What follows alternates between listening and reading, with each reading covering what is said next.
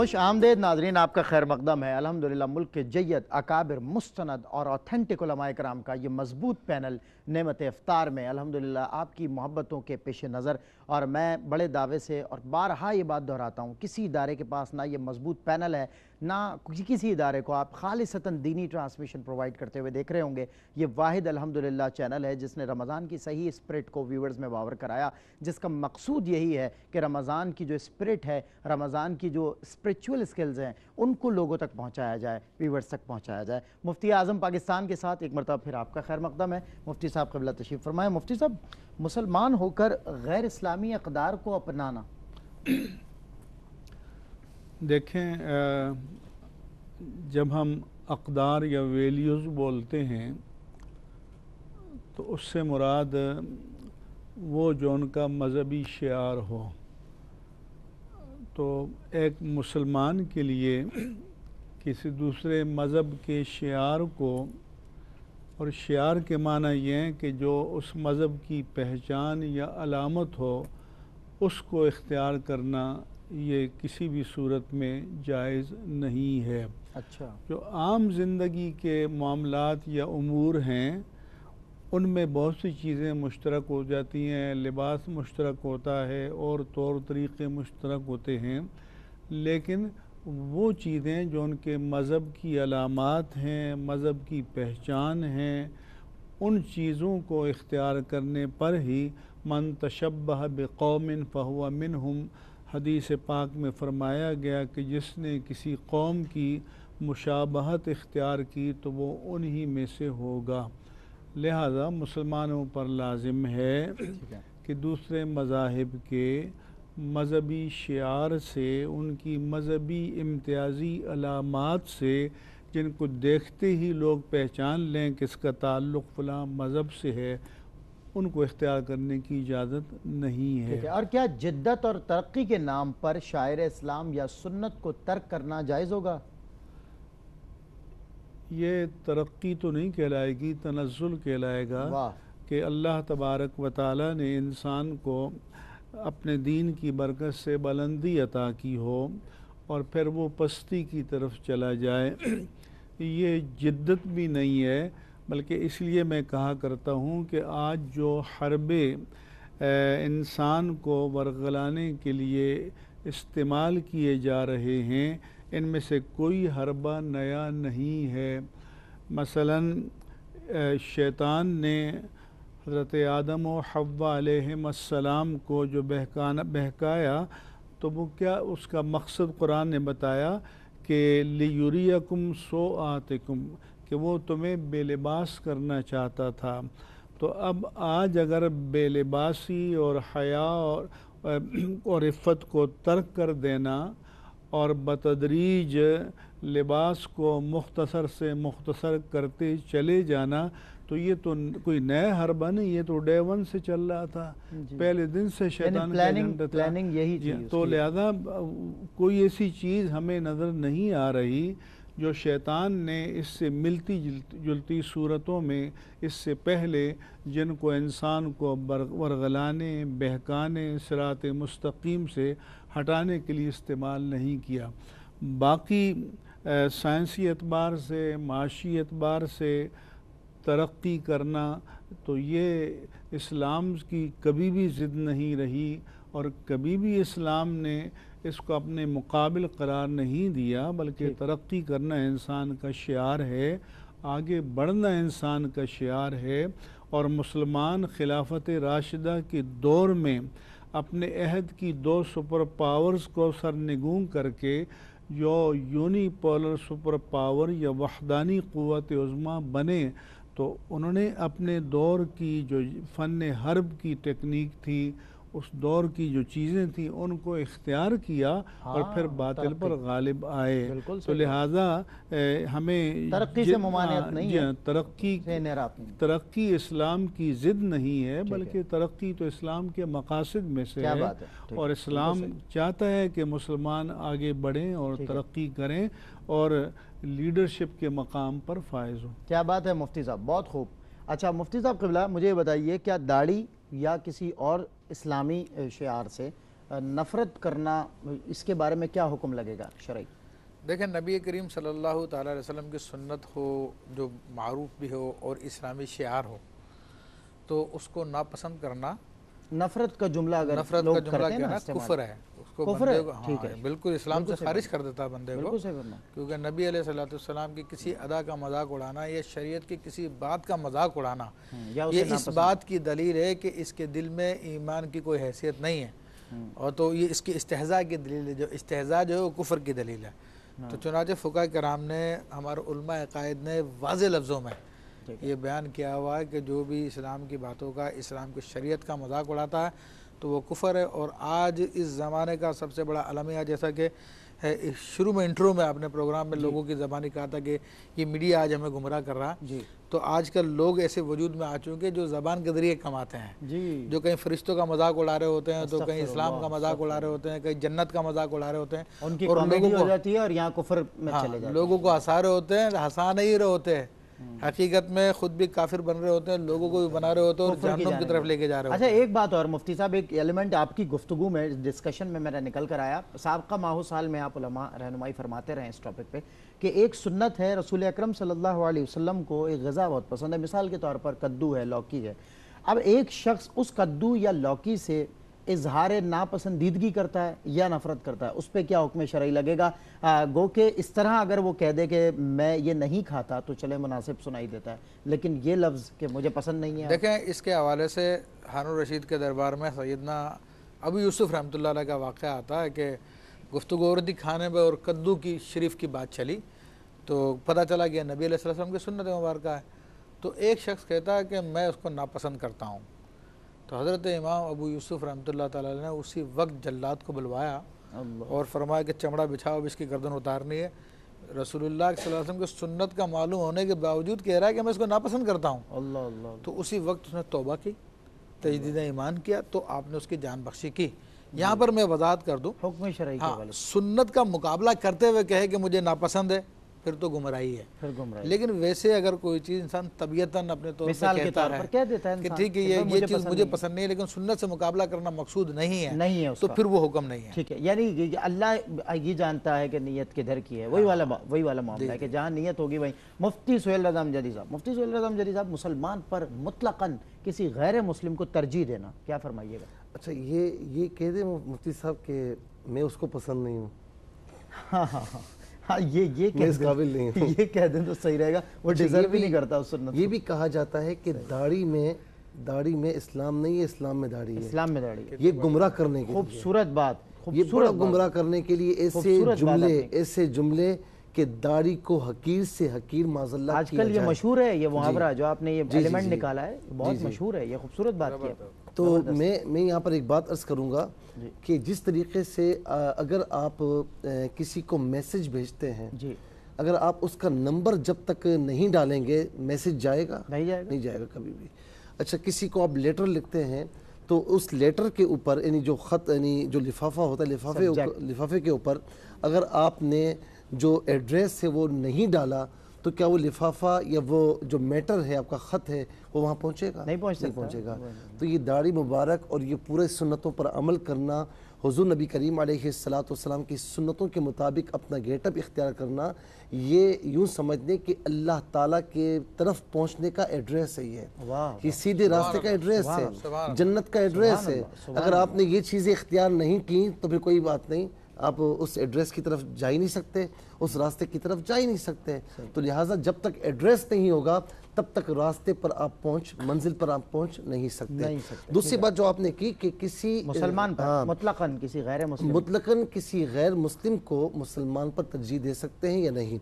دیکھیں بہت سے معاملات میں جہاں انسانیت کا معاملہ ہو تو وہاں پر سب کو ایک ہی نظر سے دیکھا جاتا ہے، انسانیت کی نظر سے، ٹھیک ہے۔ اسی طریقے سے جہاں پر آپ دیکھیں کہ انسان کا معاملہ، اچھا انسان چیریٹی کرتا ہے، کسی کی مدد کرتا ہے تو اس میں آقا علیہ السلام کی فرامین موجود ہیں اور اس میں انسانیت کا ذکر ہے۔ اچھا اسی طریقے سے قرآن کریم میں بھی آپ دیکھیں کہ جہاں پر فرمائے کہ جس نے کسی ایک جان کو قتل کیا اس نے پوری انسانیت کو قتل کیا، جس نے کسی ایک کو زندگی بخشی پوری انسانیت کو زندگی بخشی، تو وہاں بھی انسان کا معاملہ ہے۔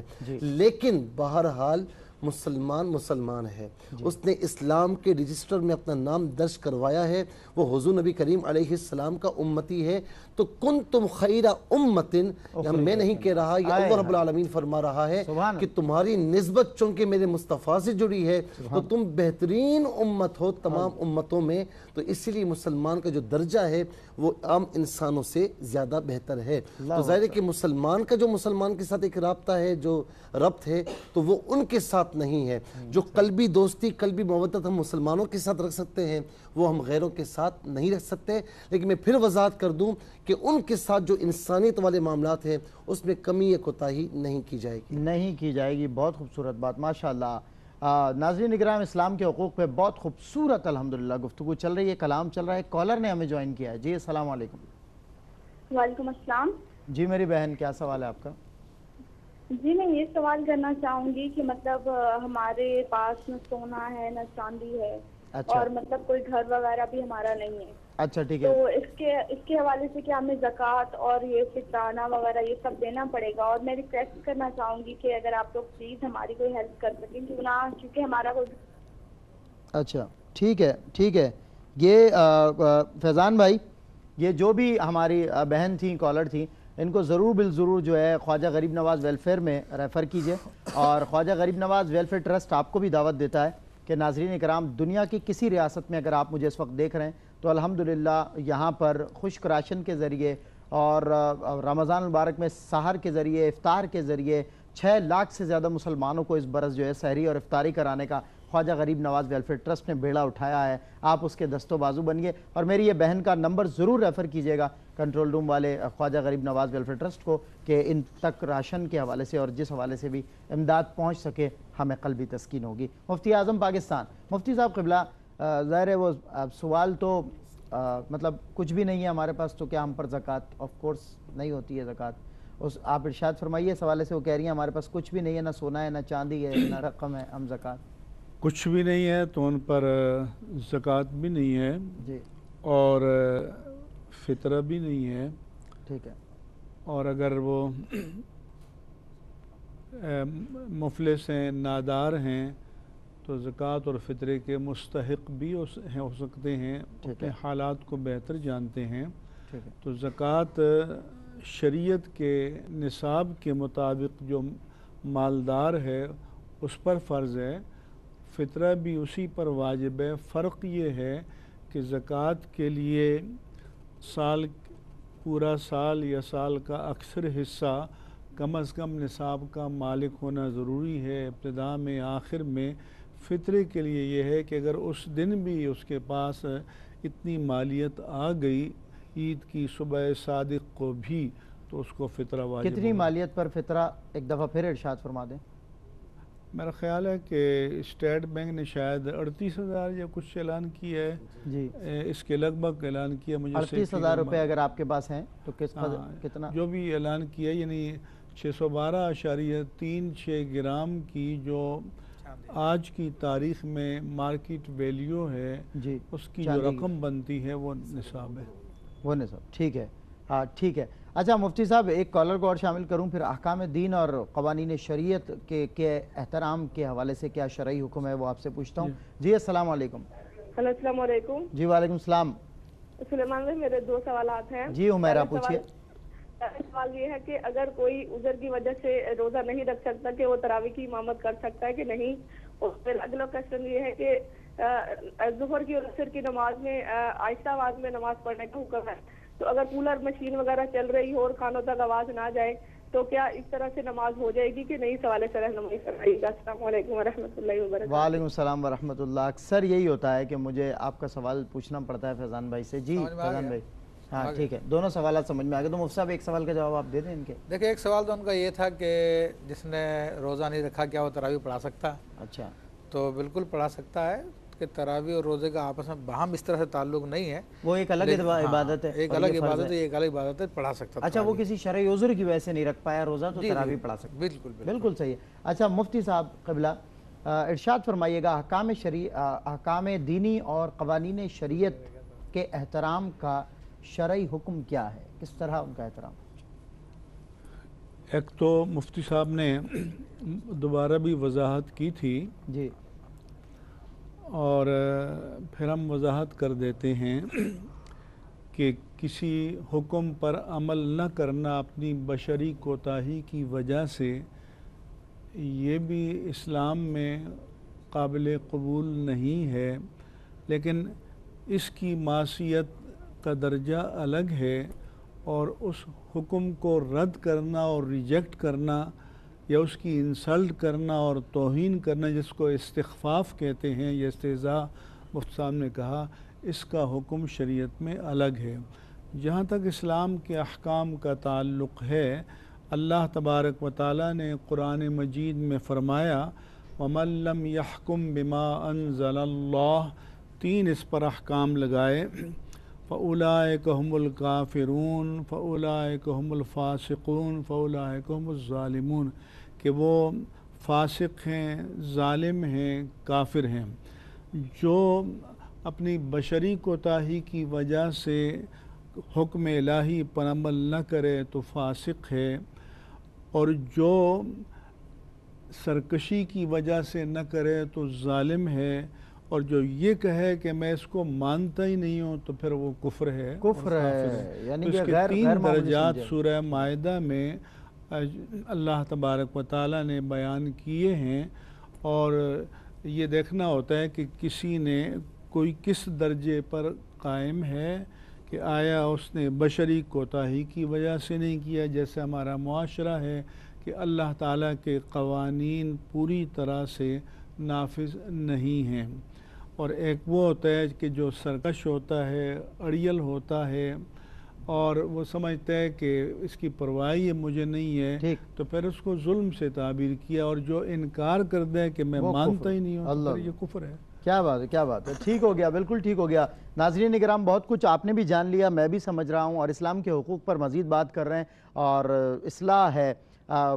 بعض لوگ یہ کہتے ہیں کہ ہم اصلاح کی کوشش نہیں کر رہے، الحمدللہ ہم اصلاح کر رہے ہیں۔ مفتی اعظم پاکستان فقیہ العصر مفتی سہیل رضا امجدی صاحب میرے ساتھ موجود ہیں۔ ایک بریک کے بعد اصلاح مسلسل، جسے ARYQTV کہتے ہیں، اس پر نعمت افطار میں آپ کا میزبان سید سلمان گل پھر حاضر ہوتا ہے۔ السلام علیکم ورحمۃ اللہ وبرکاتہ۔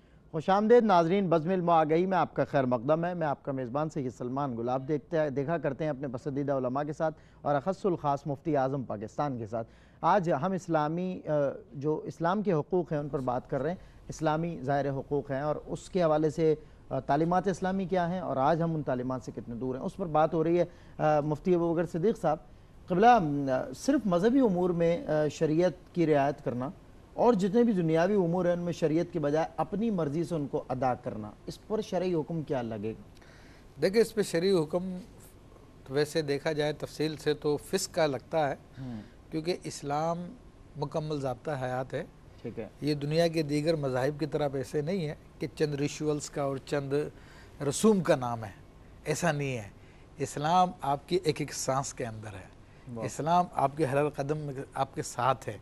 آپ کے پیدا ہونے سے پہلے آپ کے زمین کے اندر چلے جانے کے بعد تک کے تمام احکامات کی ڈیٹیل اسلام آپ کو بیان کر کے دیتا ہے، کیا بات ہے، بتاتا ہے، تو آپ کو اپنی زندگی اس کے مطابق کمپلیٹ وے آف لائف ہے اسلام۔ تو اب کوئی نماز روزہ حج زکوٰۃ تو اسلام کے مطابق کر رہا ہے، اور باقی جو ہے جس طرح کے لوگوں نے اپنا روش کی ہوئی ہے آج کل، جو کہ یہ سمجھ لیجئے کہ مغربی سوچ ہے یہ کہ جناب اسلام کا تعلق سے، مذہب کا تعلق صرف عبادات سے، باقی جو ہے ہمارے مطابق کیا جائے، تو یہ اسلام میں کہیں اس کی گنجائش نہیں ہے۔ اسلام جب آتا ہے تو پورا آتا ہے، بالکل صحیح۔ اور سیاست کے اندر خاص طور پر ڈاکٹر اقبال کا شعر بہت مشہور ہے کہ جدا ہو دین سیاست سے تو رہ جاتی ہے چنگیزی۔ تو اسی طرح دیگر معاملات کے اندر اگر اسلام نکل جائے تو پھر فسق و فجور رہ جاتا ہے، پھر انسان جو ہے انتشار کا شکار۔ اور ناظرین کرام، ان کی مفتی صاحب کی بات سے بہت خوبصورت بات مجھے جو ہے نا، میں ویسے یہ کبھی نہیں ڈسکس کرتا لیکن آج میرے ذہن میں آئی تو میں آپ سے شیئر کروں کہ آپ دنیا کے دوسرے ممالک میں جائیے، کسی بھی مذہب کے آدمی سے، مذہب کے پرستار سے آپ زندگی کے کسی بھی شعبے کے حوالے سے رہنمائی لیجئے اور کہیے کہ تمہارا مذہب اس بارے میں کیا کہتا ہے، کہ اگر میں پیدل چلوں تو کیا کروں، پانی پیوں تو کیا کروں، پاؤں میں جوتا ڈالوں تو کیسے ڈالوں، تو وہ یہی کہے گا کہ آپ کا اپنا ذاتی مسئلہ ہے، اس کا مذہب سے کیا تعلق ہے۔ لیکن چونکہ اسلام مذہب نہیں ہے، دین ہے، اور یہ ہمیں یہ بھی سکھاتا ہے کہ پاؤں میں جوتا کیسے پہننا ہے، یہ ہمیں یہ بھی سکھاتا ہے کہ ہمیں پانی کیسے پینا ہے، یہ ہمیں یہ بھی سکھاتا ہے کہ طریقہ زندگی کیا ہے، زندگی کو کیسے گزارنا ہے۔ تو الحمدللہ ہم اس دین کے تابع دار ہیں جو ہمیں مکمل ضابطہ حیات، حضرت نے فرمایا کہ پیدائش سے لے کر موت تک سمجھاتا ہے کہ زندگی کے قرینے، سلیقے اور تہذیب کیا ہے۔ مفتی سہیل رضا امجدی صاحب، اذان کے حوالے سے میں آپ سے پوچھوں، اذان کے احترام کا شرعی حکم کیا ہے؟ بسم اللہ الرحمن الرحیم۔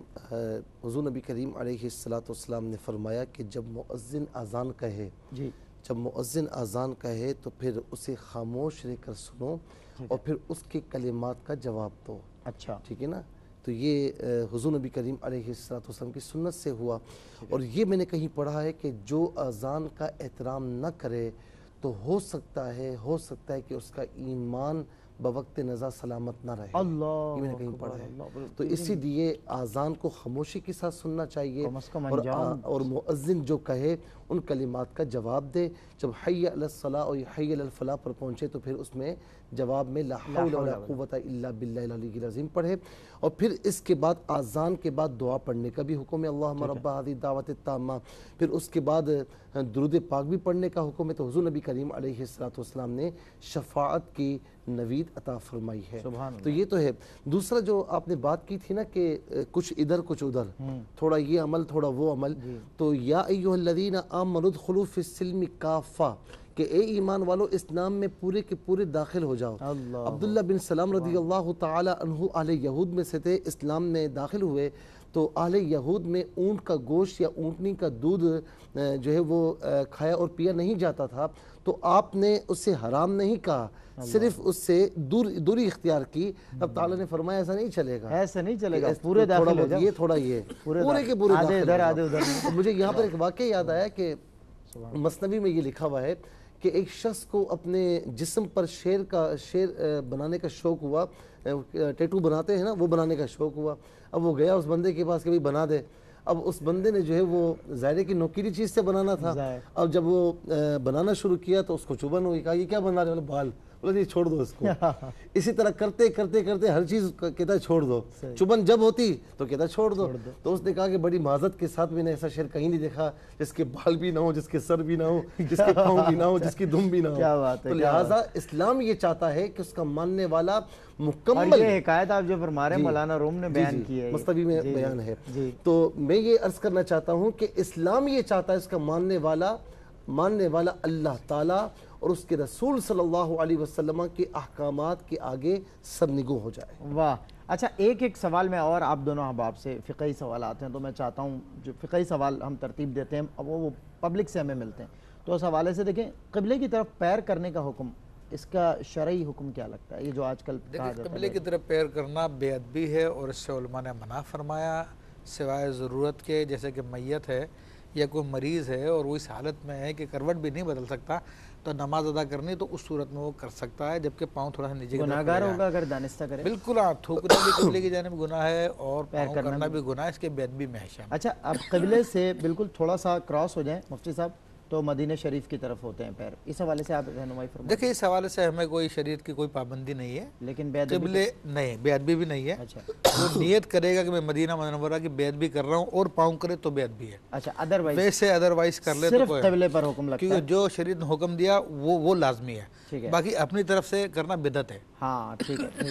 اچھا مفتی سہیل رضا امجدی صاحب مجھے یہ فرمائیے گا، قرآن پاک نیچے رکھا ہوا ہو اور خود ہم اونچی نشست پر ہوں، اور ایسے بہت سے مقام لوگ پھر یہ بھی مثال دیتے ہیں کہ بھائی نیچے والے فلور میں قرآن رکھا ہوا ہے، اوپر والے فلور میں لوگ رہتے ہیں، تو کیا یہ نیچے والے فلور میں قرآن رکھا ہوا ہے اور اوپر والے فلور میں لوگ رہتے ہیں، ان کے پاؤں بھی اوپر ہوتے ہیں، ساری چیزیں، لیکن اس معاملے میں انسان یعنی مسلمان معذور ہے اور اس کا حکم بالکل بھی نہیں لگتا، بالکل یہ جائز ہے کہ نیچے کا فلور نیچے والے کے حکم میں ہے، اوپر والا فلور اوپر والے کے حکم میں ہے۔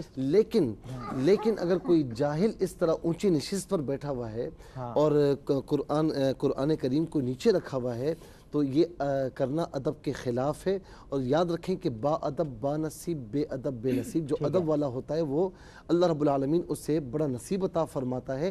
تو لہٰذا ایسا کرنا بے ادبی. ہاں اگر بیٹھنے والا یہاں پر بیٹھا ہوا ہے اور مسجد کے دوسرے کونے میں قرآن شریف کسی نے رحل میں رکھی ہوئی ہے اور وہ رکھا ہوا ہے اور پڑھ رہا ہے، بیٹھ کے بھی تو نماز پڑھتے ہیں، قرآن پڑھتے ہیں وہ معذور جو. ہاں اگر کوئی کچھ دور وہ بیٹھا ہوا ہے اور یہاں کافی دور دوسرا بندہ اوپر بیٹھا ہوا ہے، تو اس میں کوئی شریک کا بات نہیں ہے. یہ بات ہو رہی قریب کی. اور میں ایک بات عرض کروں گا کہ میں ایک ملک کی بات نام نہیں لے رہا، میں نے وہاں کثرت سے لوگوں کو دیکھا ہے کہ پاؤں ان کے سوجے ہوئے ہیں کثرت سے. مفتی صاحب آپ نے بھی دیکھا ہوگا. تو میں نے ایک اللہ والے سے پوچھا کہ یار یہ کیا معاملہ ہے؟ یہ تو کھجور بھی کھاتے ہیں، یہ تو زیتون بھی کھاتے ہیں، یہ شہد بھی پیتے ہیں، تو پھر یہ بیماری.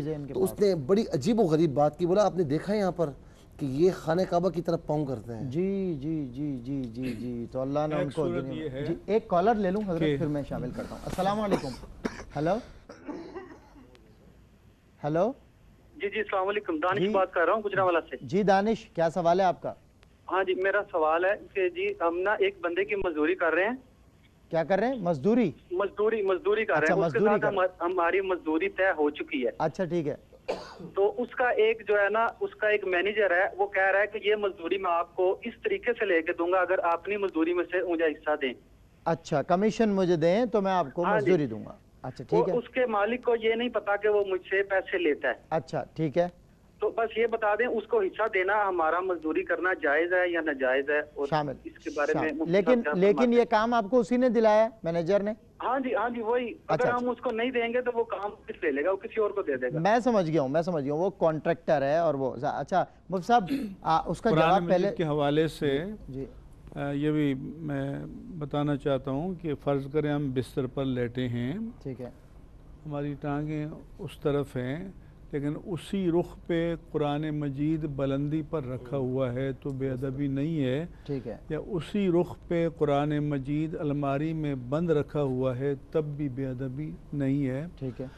اور انہوں نے جو بات کی ہے، آج کل ایک تو کلچر ہے کارپوریٹ اداروں میں آؤٹ سورس کا، کہ ادارہ ایک کانٹریکٹر سے یہ معاہدہ کرتا ہے کہ آپ ہمیں چوکیدار فراہم کریں گے، لیبر فراہم کریں گے، یا ٹیکنیشین یا ایکسپرٹ، اور ہم آپ کو یہ ریٹ دیں گے، اور وہ آگے دوسرے سے اجارہ کرتا ہے. تو اس صورت میں تو اس کا کمیشن جائز ہے. اگر اس نے انسٹیٹیوشن کو یہ ڈائریکٹ امپلائی اور امپلائر کے درمیان معاہدہ کرایا اجارہ کہ آپ کو اتنی اجرت دی جائے گی، تو پھر اس میں سے لینا جائز نہیں ہے. بالکل ٹھیک ہے، بالکل ٹھیک ہے. ایک مسئلہ اس میں یہ بھی صورتحال ہوتی ہے، فیکٹری کے مالکان مینیجر بٹھاتے ہیں. صحیح. تو اب مینیجر وہاں پہ اپنی جیب بناتا ہے. اچھا. حالانکہ اس کی ڈیوٹی یہی تھی کہ آنے لوگوں سے ڈیلنگ کرے اور کام کرے، لیکن وہ کہتا ہے کہ میں تمہیں جو ہے یا اس صورت میں مال دوں گا کہ تم اتنا پرسنٹ میرے لیے خاموشی سے نکال لینا. ہاں خاموشی سے، تو شاید یہ صورت معاہدہ نہیں ہو. معاہدہ ہاں یہ صورت بھی ہوتی ہے نا مفتی صاحب، کہ ایک وہ ٹھیکیدار ہوتا ہے، وہ یہ کہتا ہے کہ پہلے مالک کو کہتا ہے کہ مزدور کی مزدوری یہ ہے، اور مالک کو بھی بتا دیتا ہے اور اس کو مزدور کو بھی بتا دیتا ہے کہ تمہاری مزدوری ہے، اور اس کے بعد مزدور کو کہتا ہے کہ اب اس میں سے چپ چاپ تم نکال کے مجھے دے دینا دوسرے راستے. یہ جائز نہیں ہے. بالکل ٹھیک ہو گیا. اچھا اس کے علاوہ کتنا ماشاءاللہ ہمارے وہ مینیجر جو ہے وہ اپنی جاب کے پیسے اسی ادارے سے لے رہا ہے. بالکل. تو جیسے ہیومن ریسورس ڈپارٹمنٹ ہوتا ہے تمام اداروں میں آج کل، تو اگر کوئی ہیومن ایچ آر ڈپارٹمنٹ کا ہیڈ ہے تو اپنی وہ تنخواہ لے رہا ہے اپنے کام کی، تو اس کو پھر امپلائیز کی مزدوری یا تنخواہ میں سے کمیشن لینا جائز نہیں ہے. ٹھیک ہے مفتی صاحب. ایک کالر ہمارے ساتھ ہیں. السلام علیکم. وعلیکم السلام.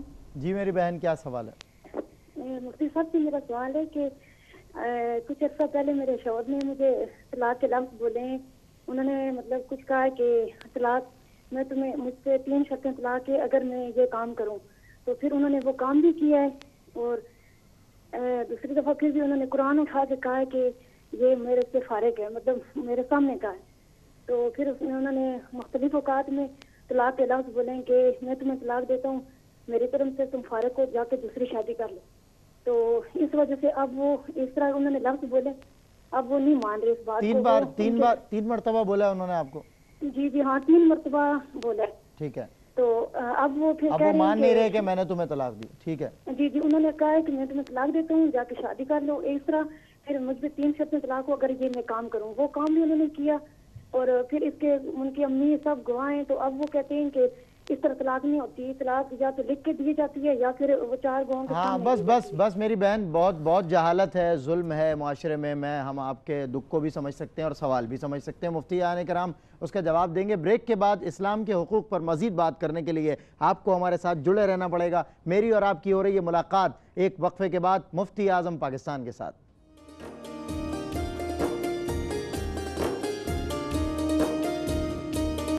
خوش آمدید ناظرین، آپ کا خیر مقدم ہے اور کچھ فقہی سوالات کی طرف بڑھتے ہیں. مفتی اعظم پاکستان تشریف فرما ہے اور اسلام کے حقوق پہ بھی ہم بات کر رہے ہیں. مفتی صاحب، ایک کالر نے سوال بھی کیا تھا. انہوں نے کہا تھا کہ وہ ظہر اور عصر کی نماز جب ہم پڑھ رہے ہیں تو مشینوں کی آواز آ رہی ہے، تو اپنی سری نمازوں میں اپنی آواز کو نہیں سن پا رہے ہیں، تو کیا نماز ہو جائے گی اس صورت میں؟ ہاں، تلفظ کرتے ہیں تو ہو جائے گی. اچھا ٹھیک ہے. کفریہ کلمات ادا کرنا یقیناً کفر ہے، لیکن کفریہ گانے سننے کا شرعی حکم کیا لگے گا؟ حرام ہے. ٹھیک ہے. بیہودہ اور غیر اخلاقی گانے سننے کا جو شرعی حکم ہے وہ بھی؟ یہ بھی حرام ہے. ٹھیک ہو گیا. حرام سے مراد مکروہ تحریمی ہے. ٹھیک ہے. اچھا، ایسے اشعار یا جن میں جو ہے شاعر اسلام کی تحقیر ہو یا اس میں جو ہے ان کا مذاق اڑایا جاتا ہو، ایسے اشعار کا ذکر کرنا، اور ایسے آج کل تو آپ کو پتہ ہے بڑے بڑے کامیڈینز ہیں اسٹیجز پہ، تھیٹر اسٹیجز پہ، وہ ڈھکے چھپے الفاظ میں اسلام کی. آپ کے اس پروگرام کے توسط سے میں کہوں گا جی کہ یہ میڈیا جو ہے لوگوں کے عقائد کو بڑی سائنٹیفکلی جو ہے وہ ڈیمیج کر رہا ہے.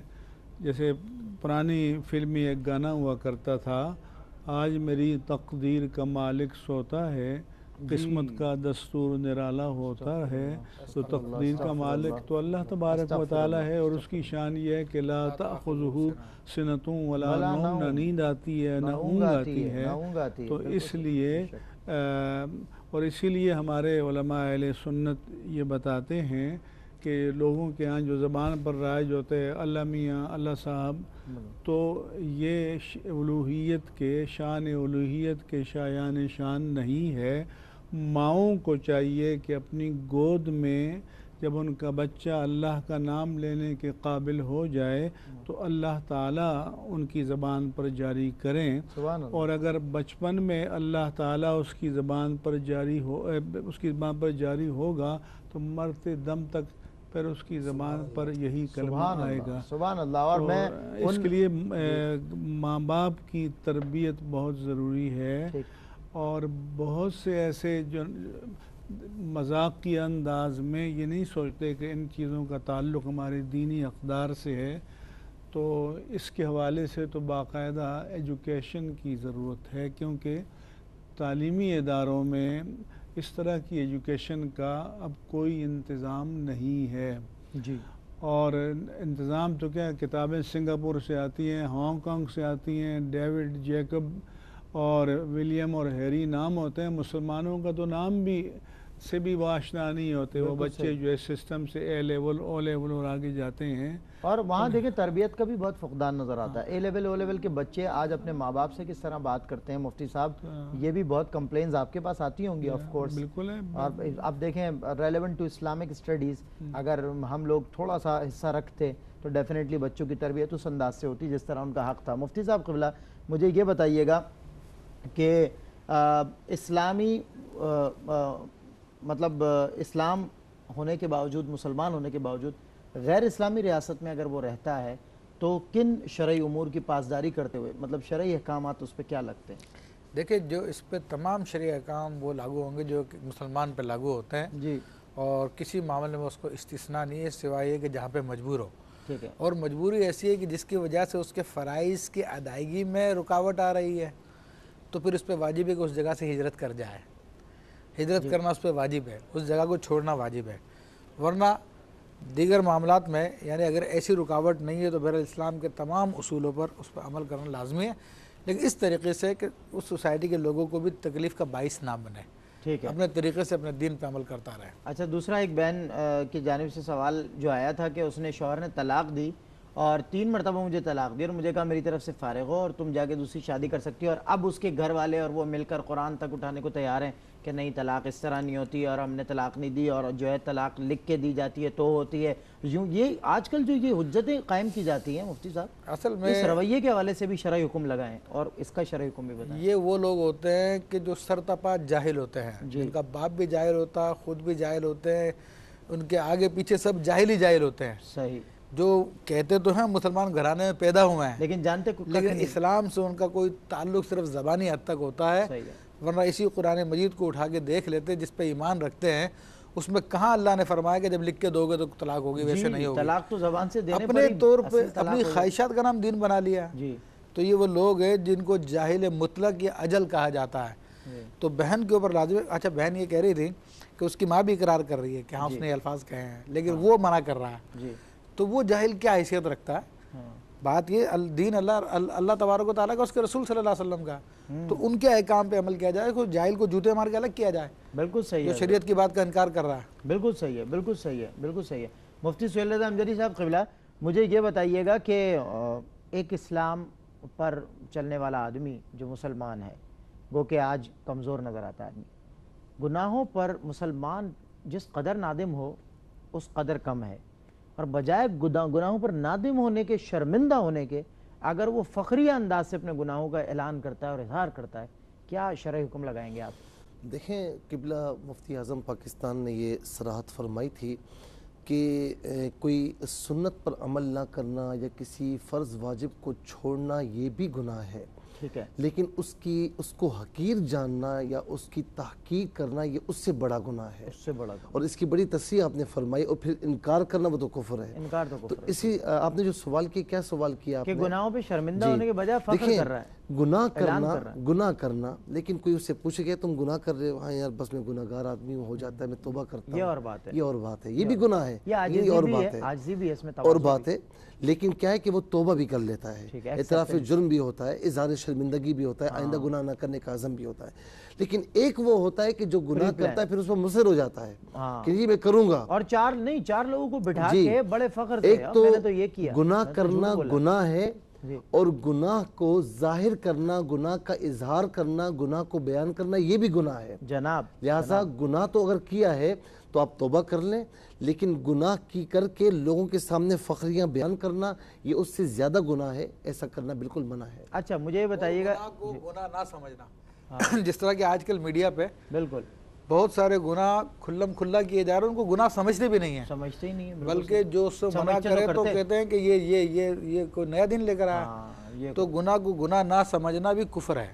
دین تو وہی ہے، بندے کو دین سے خارج کر دیتا ہے. یہ بڑی اہم بات بتا رہا ہوں. بالکل صحیح فرما رہے ہیں کہ گناہ کو گناہ نہ سمجھنا اور اس کو فخریہ کرتے چلے جانا یہ ایمان سے خارج کر دیتا ہے بندے کو. یہ تو مفتی صاحب نے جو 3 باتیں ارشاد فرمائی نا، قبلہ مفتی صاحب نے بڑی صراحت سے اس کو بیان فرمایا کہ دیکھیں نافرمانی کرنا ظالم کہلائے گا وہ، اور پھر سرکشی کرنا تو فاسق کہلائے گا، اور پھر آخر میں کہ انکار کرتے ہوئے کیا تو پھر کفر ہے. کیا بات ہے. اچھا مفتی صاحب ایک سوال اور آیا تھا، میری بہن نے کیا تھا کہ مشینی جو کان چھدواتی ہیں نا بچیاں، تو حالت روزہ میں اگر وہ کان چھدوا لیں گی تو روزہ رہے گا ان کا باقی؟ اس میں کوئی حرج نہیں ہے. کوئی حرج نہیں. مطلب ٹھیک ہے. اچھا دوسرا ناظرین کرام، میں بھی جاتے جاتے آپ سے ایک بات عرض کروں کہ دیکھیں دین تو وہی ہے نا، دین تو ایک ہی ہے اور اس کی تر و تازگی وہی ہے. اس کے کسی بھی مطلب اسپرٹ میں آپ جاتے ہیں، کسی بھی معاملے میں آگے بڑھنے کی کوشش کرتے ہیں، چاہے نیکیوں میں سبقت لے جانے کا معاملہ ہو، کچھ بھی ہو، تو میرے بھائیوں میری بہنوں تو دین تو تر و تازہ ہے.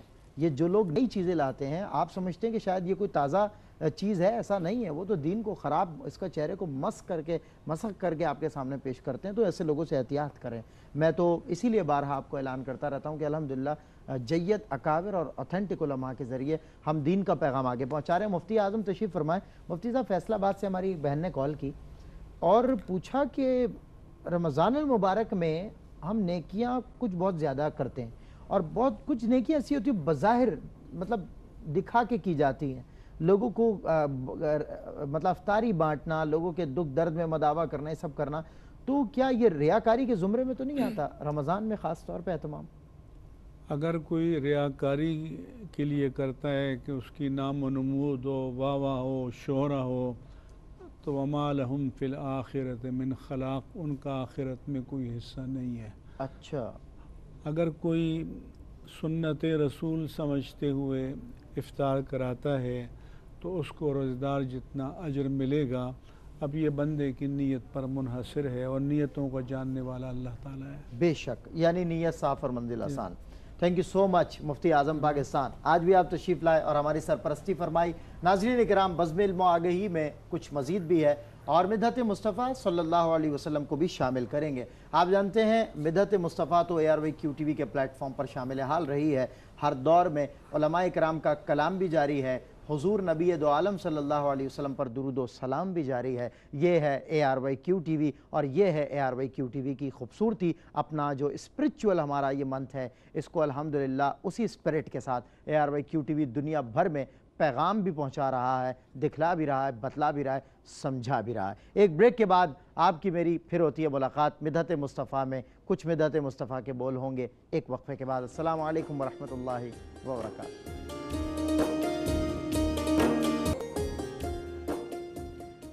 خوش آمدید ناظرین، آپ کا خیر مقدم ہے، اور بزم علم و آگہی کے بعد جو ہے ثنائے مصطفیٰ صلی اللہ علیہ وسلم کے حوالے سے بھی آپ کو پتہ ہے ہم عقیدتیں پیش کرتے ہیں بحضور سرور کونین صلی اللہ علیہ وسلم۔ اور ہمیں بریک کے بعد جوائن کر لیا ہے معروف و ممتاز نوجوان ثناخواں حافظ محمد مظہر اشرفی صاحب نے، لیکن اس سے قبل میں مفتی سہیل رضا امجدی صاحب، اسلام کے جو حقوق ہیں اس کے حوالے سے کوئی پیغام آپ کی جانب سے آپ کے چاہنے والوں کو، بلکہ پوری دنیا اسلام کو ایک پیغام ملنا چاہیے؟ بسم اللہ الرحمن الرحیم۔ اس میں پہلی بات تو یہ عرض کروں گا کہ صرف زبان سے کلمہ پڑھنا اور دل میں منافقت رکھنا یہ کافی نہیں ہے۔ زبان سے شہادت بھی دیں، جیسے میں نے آغاز میں حدیث پاک پیش کی، اللہ کے سوا کوئی معبود نہیں، حضور نبی کریم علیہ السلام اللہ کے خاص بندے اور اس کے رسول ہیں۔ پھر اس کے بعد دل میں ایمان رکھنا اور یقین رکھنا یہ بھی ضروری ہے، کیونکہ قرآن کریم ہے کہ وَمِنَ النَّاسِ مَن يَقُولُ آمَنَّا بِاللَّهِ وَبِالْيَوْمِ الْآخِرِ وَمَا هُم بِمُؤْمِنِينَ، کہ لوگوں میں سے ایسے بھی ہیں جو زبان سے کہتے ہیں کہ ہم اللہ پر یوم آخر پر ایمان لیں، لیکن وہ مومن نہیں ہیں۔ تو لہٰذا زبان سے کلمے کا پڑھنا اور دل میں اقرار کرنا ہے، تو یہ اسلام اور ایمان ہے۔ اب اس کے حقوق کیا ہے؟ اسلام اور ایمان کے حقوق یہ ہیں، اسلام کے حقوق، کہ اللہ تبارک و تعالی اور اس کے پیارے محبوب علیہ السلام نے جو فرمایا اس پر عمل کیا جائے، جس سے روکا ہے اس سے رک جانے کا نام اسلام کے حقوق ہے۔ تو آج ضرورت اس امر کی ہے کہ ہم اللہ تبارک و تعالی کو مانیں، اس کے پیارے محبوب علیہ السلام کو مانیں، فقط ان کو مانے نہیں بلکہ ان کی مانے بھی، ان کی مانے بھی۔ واہ واہ جناب، بہت خوبصورت پیغام کے ساتھ حافظ مظہر اشرفی کی طرف آتے ہیں۔ جی مظہر بھائی کیا سنا رہے ہیں؟ بسم اللہ، درود پاک پڑھی، اللہم صلی علی سیدنا محمد صلی اللہ علیہ وسلم۔ حبیب خدا کا نظارہ کروں میں، دل و جان ان پر نثارہ کروں میں، حبیب خدا نظارہ کروں میں، دل و جان ان پر نثارہ کروں میں، میرا دین و ایمان فرشتے جو پوچھیں، میرا دین و ایمان فرشتے جو پوچھیں، تمہاری جانب اشارہ کروں میں، جانب اشارہ کروں میں، حبیب خدا نظارہ کروں میں دل و جان ان پر نثارہ کروں میں. ایک جان کیا ہے؟ سبحان اللہ. آقا یہ ایک جان کیا ہے اگر ہو کروڑوں. یہ ایک جان کیا ہے اگر ہو کروڑوں. تیرے نام پر سب کو وارا کروں میں. تیرے نام پر سب کو وارا کروں میں. خدا خیر سے لائے وہ دن بھی نوری. حبیب خدا کا نظارہ کروں میں دل و جان ان پر نثارہ کروں میں. خدا خیر سے لائے وہ دن بھی نوری. خدا خیر سے لائے وہ دن بھی نوری. مدینے کی گلیاں بہارا کروں میں. مدینے کی گلیاں. خوش آمدید ناظرین، آپ کا خیر مقدم ہے. اور آج اسلام کے حقوق پہ ہم نے بات کی اور میں نے بیچ میں آپ کو یہ پیغام بھی دیا تھا، میسج بھی دیا تھا کہ دنیا میں جتنے بھی مذاہب ہیں وہ فقط مذہب ہیں، لیکن اسلام صرف مذہب نہیں ہے، اسلام تو دین ہے. اور یہ ہمیں زندگی کے ہر امور میں ہماری رہنمائی کرتا ہے. انفیکٹ آپ کسی بھی مذہب والے سے جا کر اگر کچھ کھانے پینے کے حوالے سے پوچھیں کہ جی اس کی ہماری ایڈکشن یہ ہے لیکن ہمیں مذہب کس طرح کہتا ہے کھانے کے لیے، تو وہ آپ کو کہے گا یہ آپ کا ذاتی مسئلہ ہے، یہ آپ کا پرسنل میٹر ہے. آپ الٹے ہاتھ سے کھائیں، سیدھے ہاتھ سے کھائیں، کھڑے ہو کر کھائیں، بیٹھ کر کھائیں، لیٹ کر کھائیں، جیسے مرضی کھائیں، یہ آپ کی ذاتی مرضی ہے اور آپ اپنی ذات میں آزاد ہیں. لیکن دین اسلام ہے اور اسلام ہماری رہنمائی کرتا ہے کہ ہمیں کھانا کتنا کھانا ہے، کب کھانا ہے، کیسے کھانا ہے، کس ہاتھ سے کھانا ہے، بیٹھ کے کھانا ہے یا کھڑے ہو کر کھانا ہے. یہاں تک کہ اگر میں نے پاؤں میں جوتا بھی ڈالنا ہے تو اسلام میری رہنمائی کرتا ہے کہ مجھے کون سا جوتا پہلے ڈالنا ہے، کون سا جوتا بعد میں ڈالنا ہے، مجھے زمین پر چلنا کس طرح ہے، مجھے لوگوں سے بات کس طرح کرنی ہے، مجھے لوگوں سے میرا رویہ کیا ہونا چاہیے، مجھے اٹھنا کیسے ہے، مجھے سونا کیسے ہے. یہ تمام تر باتیں الحمدللہ اسلام ہمیں سمجھاتا ہے، اسلام ہمیں سکھاتا ہے. اور آج اسلام کے حقوق پہ بات ہوئی تھی. فقیہ العصر استاذ العلماء حضرت علامہ مولانا مفتی ابوبکر صدیق شاذلی موجود ہے. نیکسٹ سیگمنٹ میں حضرت صاحب دعا فرمائیں گے اور انشاءاللہ حضرت کی آج دعاؤں سے ہی انشاءاللہ ہم سب مستفید ہوں گے. فی الوقت حافظ مظہر اشرفی سے میں آپ کو ایک نعت سنوا رہا ہوں. حافظ صاحب بسم اللہ.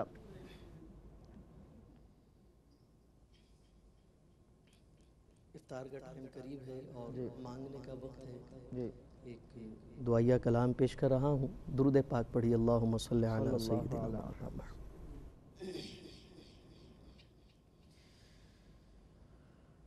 ہم گناہگاروں پہ رحمت کا دوشالہ دے دے.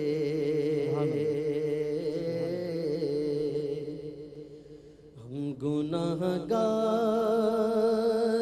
پہ رحمت کا دوشالہ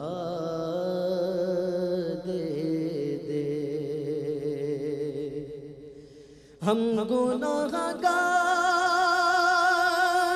پہ رحمت کا دوشالہ دے دے.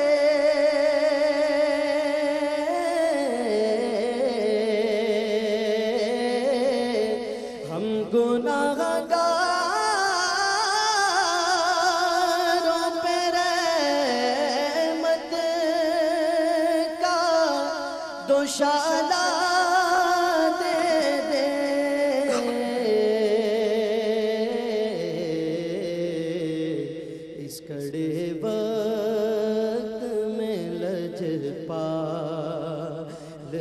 سنبھالا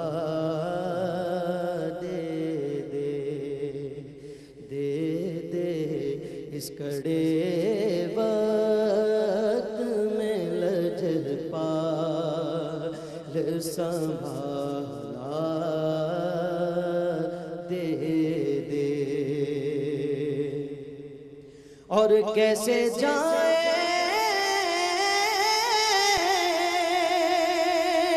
گے جہنم میں تیرے دیوانے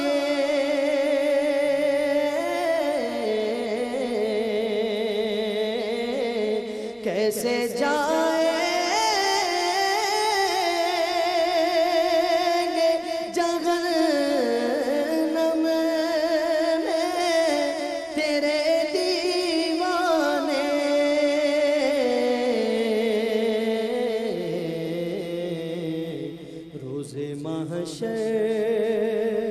ہمیں بس اپنا حوالہ دے دے روز محشر ہمیں بس اپنا حوالہ دے دے اس کڑے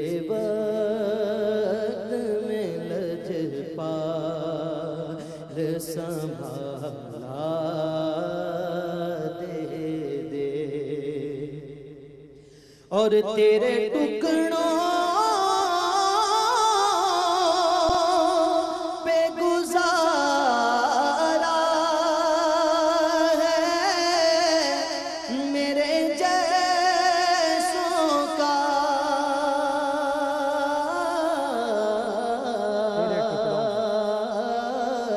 تیرے ٹکڑوں پہ گزارا ہے میرے جیسوں کا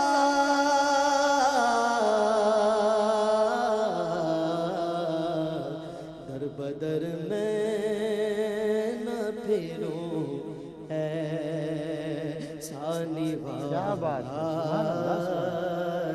در بدر میں نہ پھروں در بدر میں نہ پھروں جی ناظرین، دعا کی گھڑیاں بہت قریب ہیں اور 17واں روزہ پر کراچی کے باسی باشندے افطار کرنے جا رہے ہیں۔ عشرہ مغفرت بھی ہم سے چھوٹا چلا جا رہا ہے۔ اب ان گھڑیوں میں، ان قیمتی لمحات میں فقیہ العصر مفتی ابوبکر صدیق صاحب کی دعا ہوگی۔ آپ سب بھی دعا کے لیے ہاتھ اٹھائیے۔ بسم اللہ الحمدللہ رب العالمین والصلاة والسلام على سيد الأنبياء والمرسلين والعاقبة للمتقين اللهم ربنا آتنا في الدنيا حسنة وفي الآخرة حسنة وقنا عذاب النار وقنا عذاب القبر وقنا عذاب الحشر وقنا حساب الميزان اللهم أعنا على ذكرك وشكرك وحسن عبادتك وتلاوة القرآن في آناء الليل والنهار اللهم انصرنا فإنك خير الناصرين وافتح لنا فإنك خير الفاتحين واغفر لنا فإنك خير الغافرين وارحمنا فإنك خير الراحمين وارزقنا فإنك خير الرازقين واهدنا ونجنا من القوم الظالمين اللهم يسر لنا أمورنا ما راحت لقلوبنا أبداننا والسلامة والعافية في ديننا ودنيانا وكلنا صاحبا في سفرنا وخليفة في أهلنا واطمس على وجوه أعدائنا وامسخهم على مكانتهم فلا يستطيعون المضي والمجيء إلينا ولو نشاء لتمسنا على أعينهم فاستبقوا الصراط فأنى يبصرون اللهم يا ربنا إنا نعوذ بك من الهم والحزن، ونعوذ بك من العجز والكسل، ونعوذ بك من الجبن والبخل، ونعوذ بك من غلبة الدين وقهر الرجال. اللهم انفعنا بما علمتنا، وعلمنا ما ينفعنا، وزدنا علما، والحمد لله على كل حال. اے رب کریم، اے رب کریم، اے رب کریم، یہ ماہ رمضان المبارک کا نصف سے زیادہ ہم سے رخصت ہو چکا ہے، اور آج 17واں رمضان المبارک ہے. عشرہ مغفرت بھی ہم سے جدا ہونے والا ہے. اے رب کریم، یہ تیرے حقیر بندے، گناہگار بندے تیری بارگاہ میں تیرے حبیب علیہ السلام کے وسیلے سے عرضگزار ہیں. اے رب کریم، تو ہم سب کی مغفرت فرما دے، ہمارے گناہوں کو معاف فرما دے. اے رب کریم، شہدائے بدر کے طفیل ہمیں اپنے عذاب سے معمون فرما دے، جنت الفردوس میں اعلیٰ مقام عطا فرما دے، بروز قیامت اپنے عرش کا سایہ عطا فرما دے، حبیب علیہ السلام کی شفاعت سے بہرہ مند فرما دے، ان کے حوض کوثر سے پینا نصیب فرما دے. اے رب کریم، دنیا و آخرت کی کامیابی عطا فرما دے. وصلی اللہ تعالی علی سیدنا و مولانا محمد و آلہ و اصحابہ و اہل بیتہ و ذریاتہ اجمعین برحمتک یا ارحم الراحمین.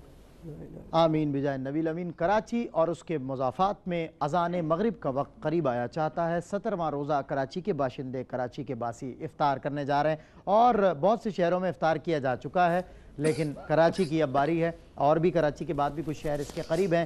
اور اس کے علاوہ میں بتاتا چلوں کہ براہ راست ہمارے اس پلیٹ فارم سے، میرے اس سیٹ سے، شان رمضان کے نعمت افطار کے سیٹ سے، کیو ٹی وی سے اذان دیں گے پرائیڈ آف پاکستان الحاج محمد قاری وحید ظفر قاسمی صاحب. اور اذان مغرب کے وقفے کے بعد ثنائے حبیب میں ذوالفقار علی حسینی کے ساتھ ہماری آپ کی ملاقات ہوگی. ہمارے لیے، ہماری کیو ٹی وی کی ٹیم کے لیے، مہمانوں کے لیے افطاری کا اہتمام کیا ہے مزیدار حلیم بنانے والوں نے، اور مزیدار حلیم بنانے والوں کی جانب سے ہماری افطاری کا اہتمام ہے. میں ان کا شکریہ ادا کرتا ہوں کیو ٹی وی کے پلیٹ فارم سے. اذان مغرب کے وقفے کے بعد آپ کی اور میری ہو رہی ہے ملاقات ثنائے حبیب میں ذوالفقار علی حسینی کے ساتھ.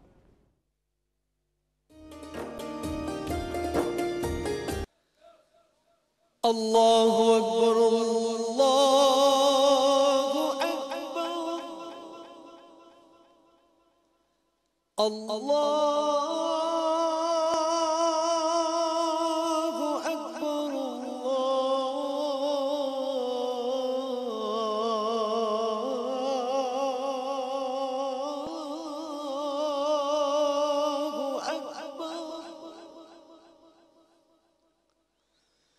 أشهد أن لا إله إلا الله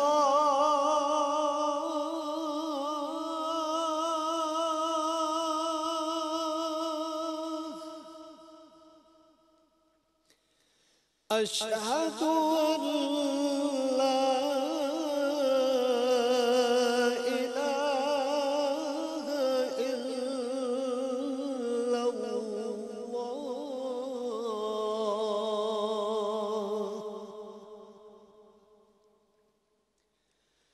أشهد أن محمد رسول الله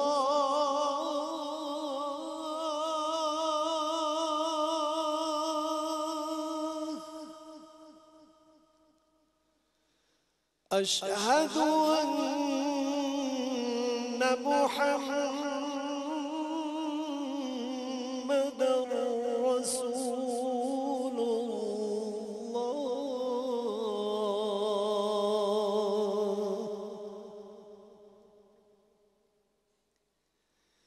حي على الصلاة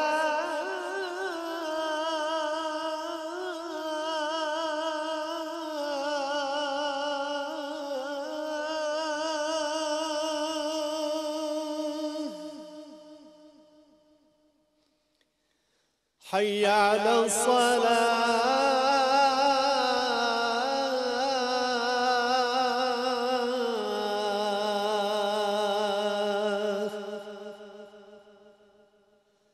حي على الفلاح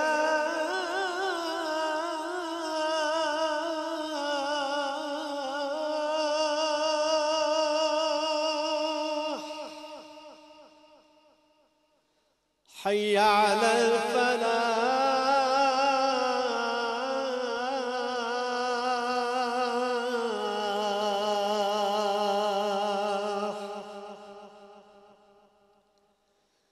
الله أكبر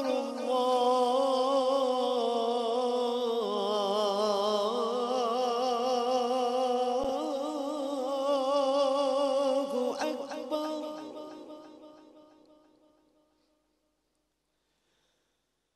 لا